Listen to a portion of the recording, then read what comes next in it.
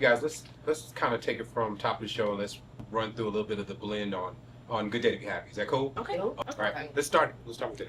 Dan? What you send out will come back to you.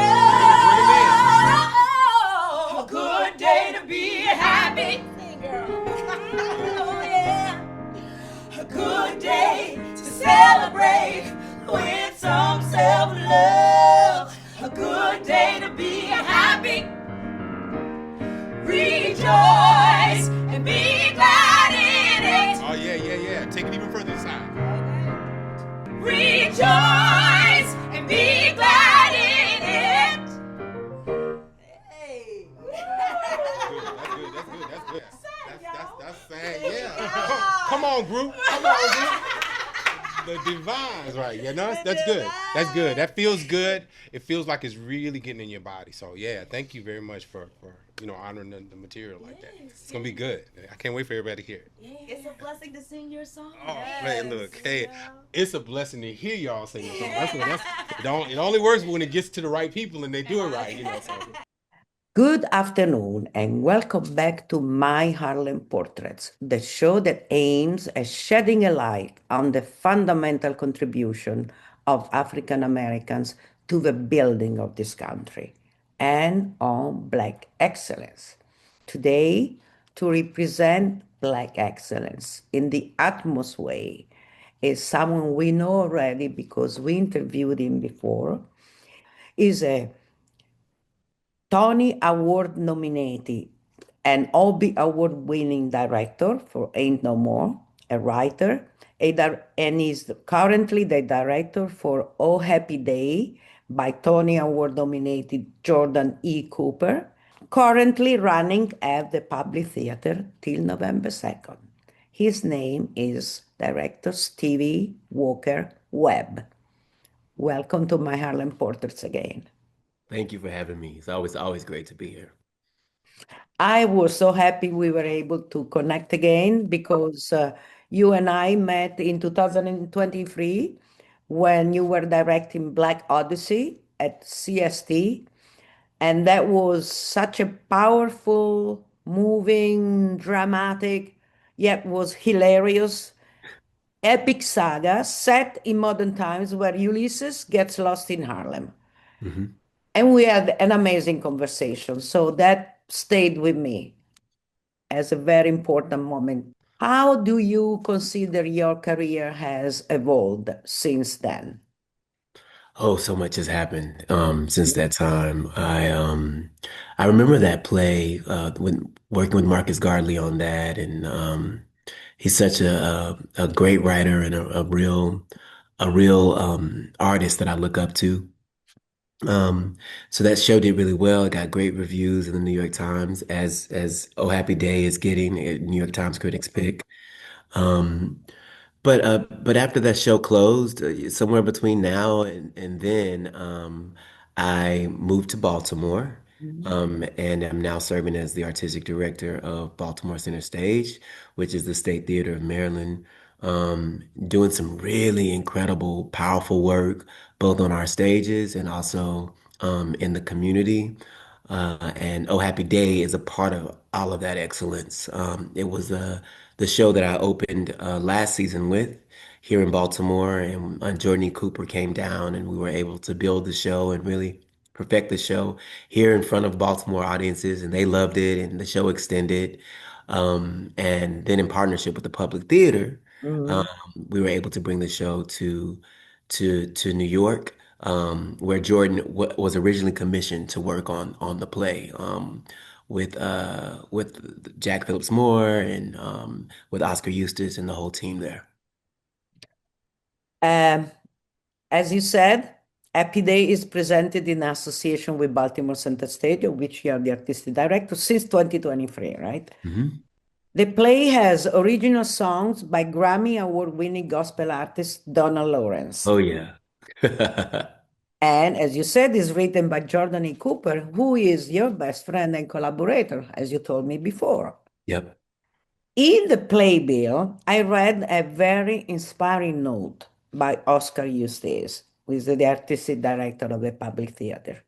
He reveals how influential you have been in making this collaboration result in the groundbreaking work you are producing and in staging display at the public.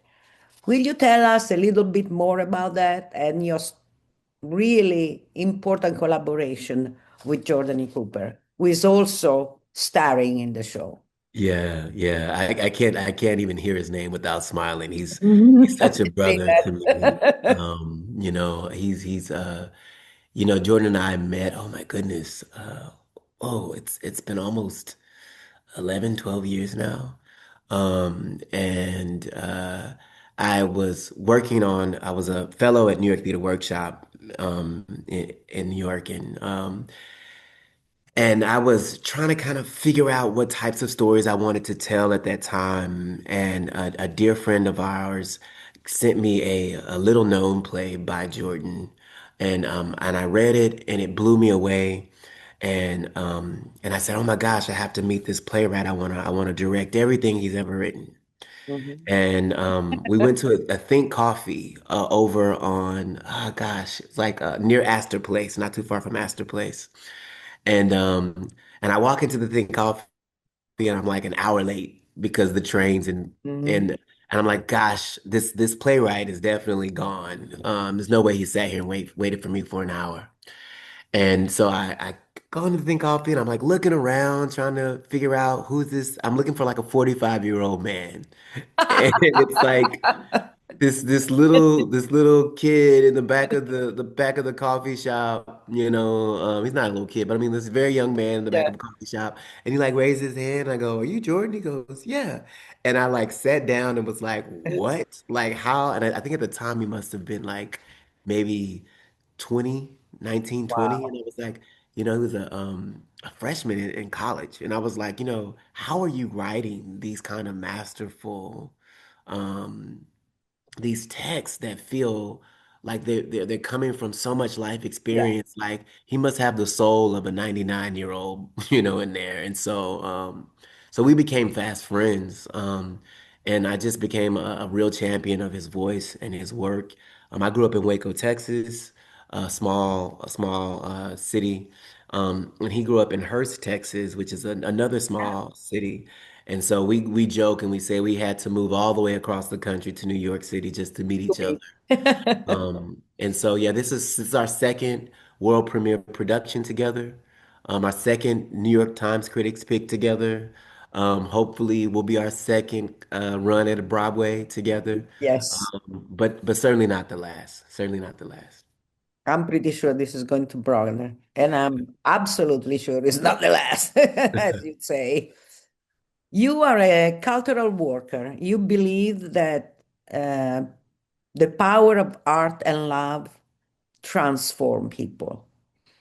As a survivor of poverty and the violence that comes with growing up a Black person, a Black young guy in America, especially in Texas, you create work that really liberates and reframes the narrative of people who are marginalized, of groups which are marginalized.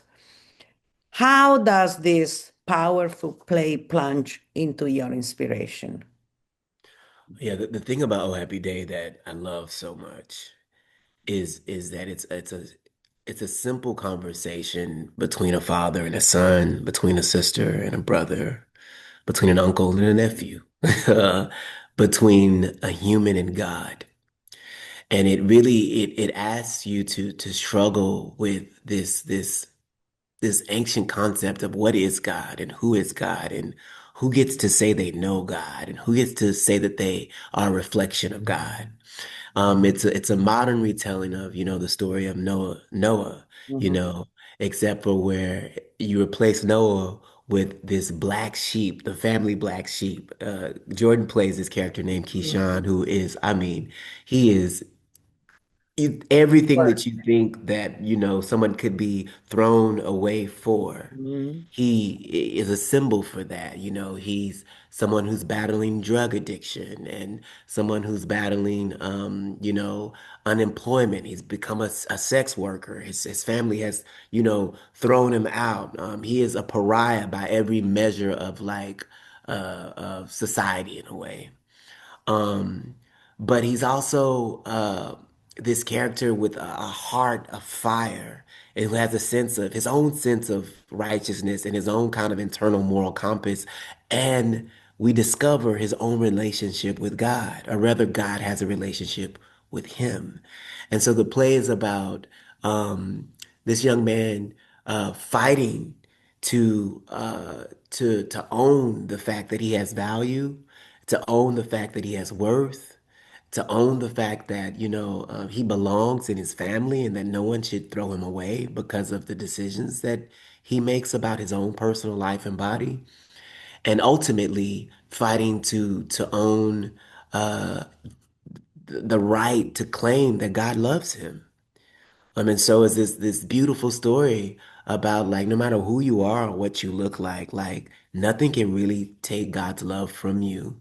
Um, and then ultimately, when we begin to understand that about ourselves and about each other, when I can see God reflected in you, Maria, when I understand that you are a reflection of God and that I'm a reflection of God, that that no matter who we are, that we should strive to love and understand each other and accept one another, which I think is really important, especially in this environment that we live Yes. in now. And two things you said right now that really, to me, that really resonate. First, you said, who is to say who is God and impersonate God? And then what you just said now, that each one of us is the reflection of God. Because in Mhm. the play, each one of them at a certain time is God. That's right. Tell me a little bit about the young boy when he becomes God. So Donovan Bazemore is a young star in the making. I mean, this kid is, he's like 14, 15, going on 45. He's just so brilliant. Um, but so Kevin is played by Donovan Bazemore, and we get to see, like you said, each character embody God. We get to see this Keyshawn, who again is this pariah, this black sheep. He keeps getting into these arguments with his family members, and then suddenly he discovers that he's not actually arguing with his nephew. He's arguing with his God. And in the play, it's really fun. It's a fun game because you never know when God is going to show up or when God is going to disappear. And and I think the moral of that is that you never know when someone in your life doesn't have a kernel of wisdom, a kernel of truth, a kernel of goodness. And that if you're so busy judging a book by its cover, you might miss it in that 12-year-old that is playing, with their trucks, their toy trucks. So you might miss it in that 78-year-old that's, just sitting on the subway. Like you never know who doesn't have something of value to offer you, and that, really powerful things come in surprising packages. And so one thing that I love about the play is it kind of reminds us to stay open, to stay open. Absolutely. Stay open to all possibilities. And the fact of embodying God is something that also resonates a lot with me because I don't believe in any religion. I'm not a believer in religions, Mhm. but I always felt that I'm God. You are God. Yeah. God is in us because we know exactly when we are doing right and when we are doing wrong. And when we do wrong, it's because we chose to do wrong. Hmm. But we know. So God is in us, That's and we right. just need to let it flow. Yeah, like God is not this thing that is in outer space, some alien thing, or like, And in some regards, heaven is not some place that you have to die to experience, nor is hell, but that heaven and hell is here. It's with us. We get to decide in every moment if we want to go to hell, if we want to go to heaven, and how we treat ourselves and how we treat one another. Um, which is a hard thing to remember. It's a hard thing to practice. Sometimes, yes, sometimes it's extremely difficult to remember. You have to remind yourself, hey, Yeah, yeah, yeah. But wonderful. Um, when you first read the script, what was the first thing, Kim, that came to your mind, and how did you go about directing it?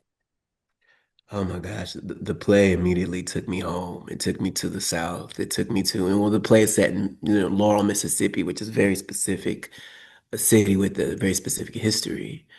Um, but um, but in a way, it feels like so many small towns across the country and our world, where people cling to their religion and cling to, Mhm. whatever, whether that be the Torah or the Bible or, the Quran, where they cling to their religion and that they cling to the religion in a way that they shut out others.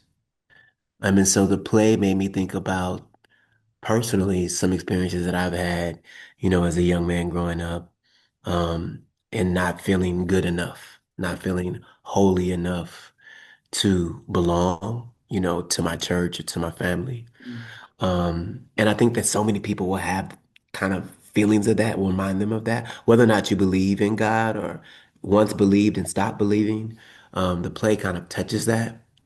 Um, and so did that like kind of in the belly of the plate, but on the skin on the surface of it, it made me think about my sister and my father, and my mom and my family. The play starts with a kind of barbecue, Yes. a birthday barbecue, for this cantankerous old man, and his daughter is trying to buy him balloons and make him a cake so that he can laugh and relax for a little bit and all of the hilarity ensues because this man just refuses to enjoy anything. He won't enjoy anything. And so it reminded me of my family. It reminded me of my own front yard, the front yard that I grew up in. And I think that's the magic of Jordan's writing. He writes in a way that no matter who you are, you can understand his characters. You can say, even if it's not your lived experience, you can get close enough to it and say, God, I got an auntie like that, or I Yeah. got, or maybe that's me, And so it just and I wanted to, from a director standpoint, make that front yard feel like everybody's front yard. I wanted everyone to feel like they could sit in that front yard and understand the conversations and the culture and the laughter of what's happening between those family members. And you definitely succeeded in that, Oh, thank you. as you always do. As as we were saying, I took the words of Oscar's here. This is an argument with God. Yeah, yeah. So, in part, you have answered already, but how do you approach this struggle with faith, with hatred, with forgiveness, with love, especially in these times where hatred for those who are different, for Hmm. those who are not like us or like them, they become, it takes center stage. Hatred has taken center stage, not only in this country, but in the world. It's a scary moment. Hmm. Oh, that's I think that like this conversation is making me want to think about redefining like formally what I think the word sin is. Like we think about sin as like don't steal, don't kill, don't don't enact violence on others, right? Like and and sin is something that, it's something that also can show up in our behavior Yeah. and how we think about ourselves. How many moments in our days do we steal joy from ourselves? Do we kill others with our language? And I'm speaking to myself right now, like, You're um, speaking to all of us. We all, you know, yeah. and when I think about like, in this time where like you said, there's such a global time where the vibration of hate is so loud. It feels like it's so important that those of us who seek to carry light and who seek to carry love, that we don't sin against love and we don't sin against the light inside of ourselves, and that we try to protect it and we try to amplify it and we try to share it as much as we can. Because you're right, there is the vibration, the molecules of this moment. um, they do kind of make you Yes. shudder, you know, and they can infect, the way that you move, think, and breathe.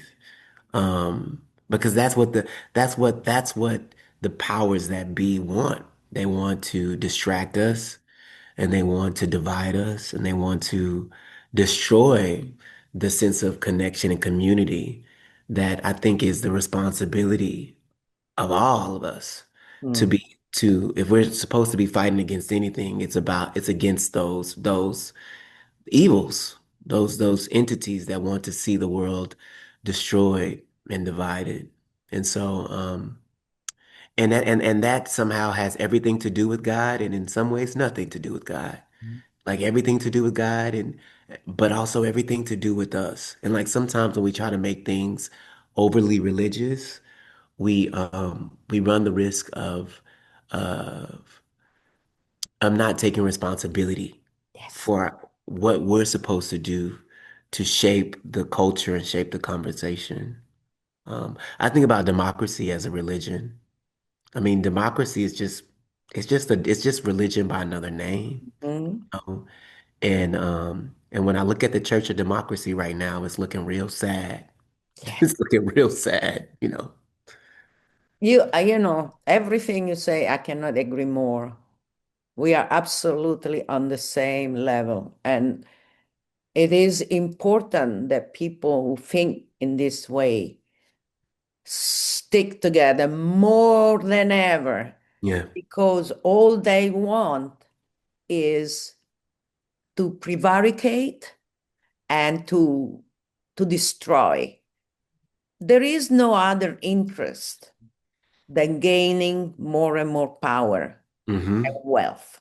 That's all. Yep. And so they have to eliminate those who are bold enough to go against it. It's very scary times, very, very scary times. How do you feel? Because as an artist and touching the themes and doing the plays you do, you are on the front line. Does that scare you or does that embolden you even more? I mean, I think that I believe it's Asada Shakur. There was a time when there was the rallying cry of the movement during the Black Lives Matter movement. One of the rallying cries was, "It is our duty to fight for our freedom. It is our duty to win." We must love each other and protect each other. We have nothing to lose but our chains, and I think that's what we have to lose. What we have to lose is our freedom. What we have to lose is our chains, right? Like eh, the moment that we're in right now, where freedom is under attack, and not like freedom in this like American imperial sense of freedom, like human freedom, Yes. like human freedom, um, no matter where you live, is under attack. And so it's like I'm not afraid to lose my chains, is what I'm saying. Like Mhm. I'm not afraid to because the opposite of the struggle towards liberation is acceptance of enslavement, spiritual enslavement, mental enslavement, and so like that's not an option, right? And all of us come from people who understand what it means to be oppressed, no Mhm. matter who you are. Yeah. You look far enough back in your history, in your familial history, your heritage, you will find that you have someone that's been oppressed in your family. And sometimes, the oppressed become the oppressors when they're given the opportunity to experience freedom or to taste freedom. They become so afraid of the loss of it that they become the oppressor. And so I think the only way to make sure that I don't become the oppressor, um, and and I don't become enslaved in my mind and my thinking, is Mm. to struggle against the forces that want to do all that nefarious stuff that we're talking about. Um, yeah. Yeah. And I am very happy to see that your generation and the generation even younger than you Oh yeah. are not taking it. I think the mental slavery, Mm, it's gone. hmm. I think you lost that, you got rid of it, and it's so empowering to see it. And I see it even in Italy. I see it everywhere. Young people are reacting like I was when I was 14. I was in my first demonstration. I was 14 years old. I was in the first middle class, and I went to demonstrate with people from college. And it's it's fundamental. Mm. Got to go against what is not supposed to be fundamental. And that's what we see Keyshawn do in this play. Yes. He goes against the power structure of religion. He takes on God, And and I think that like and he's a young character. He's a young man with fire in his gut and a sense of righteousness about the world. And ultimately he's fighting to be loved. Yeah. And I think that if we're gonna fight about anything, let's make that the fight. Let's fight about love. Let's fight for our right to be loved and to love one another. Um, and as simple as that is, the play is it's such a simple premise. I don't know if you're gonna cut this up, but I should have talked about the music much sooner. Donald Lawrence is one of the most award-winning gospel composers of all time. I mean, he's just incredible. His music is music that I grew up listening to. I grew up being fed by. I mean, generations. My grandmother, she died at 95, loved Donald Lawrence, my niece, she loves Donald Lawrence. And so it was a real dream come true to be able to work with him on this music. I remember when Jordan walked into rehearsal one day and he was like, "I think this play needs music," and I was like, "Okay," and he was like, I think Donald Lawrence should write the music to this," and I was like, "Jordan, you don't know Donald Lawrence. There's no way you're gonna get Donald Lawrence to do this." 3 days later, he walks into the rehearsal room and he's got Donald Lawrence, and Donald Lawrence is like listening to listening to a reading of the play. And then a year later, he would come and join the project officially and create these amazing songs. But Latrice Pace, Shalea, They are amazing. oh my goodness, the Divines, Latrice, Shalea, and Tiffany Mann. Yeah. They're all artists in their own right who have, incredible careers. And so the entire team, Tamika Lawrence, who plays Jordan's sister, who sings one of this mythic number in the middle of the play. Um, they're just incredible.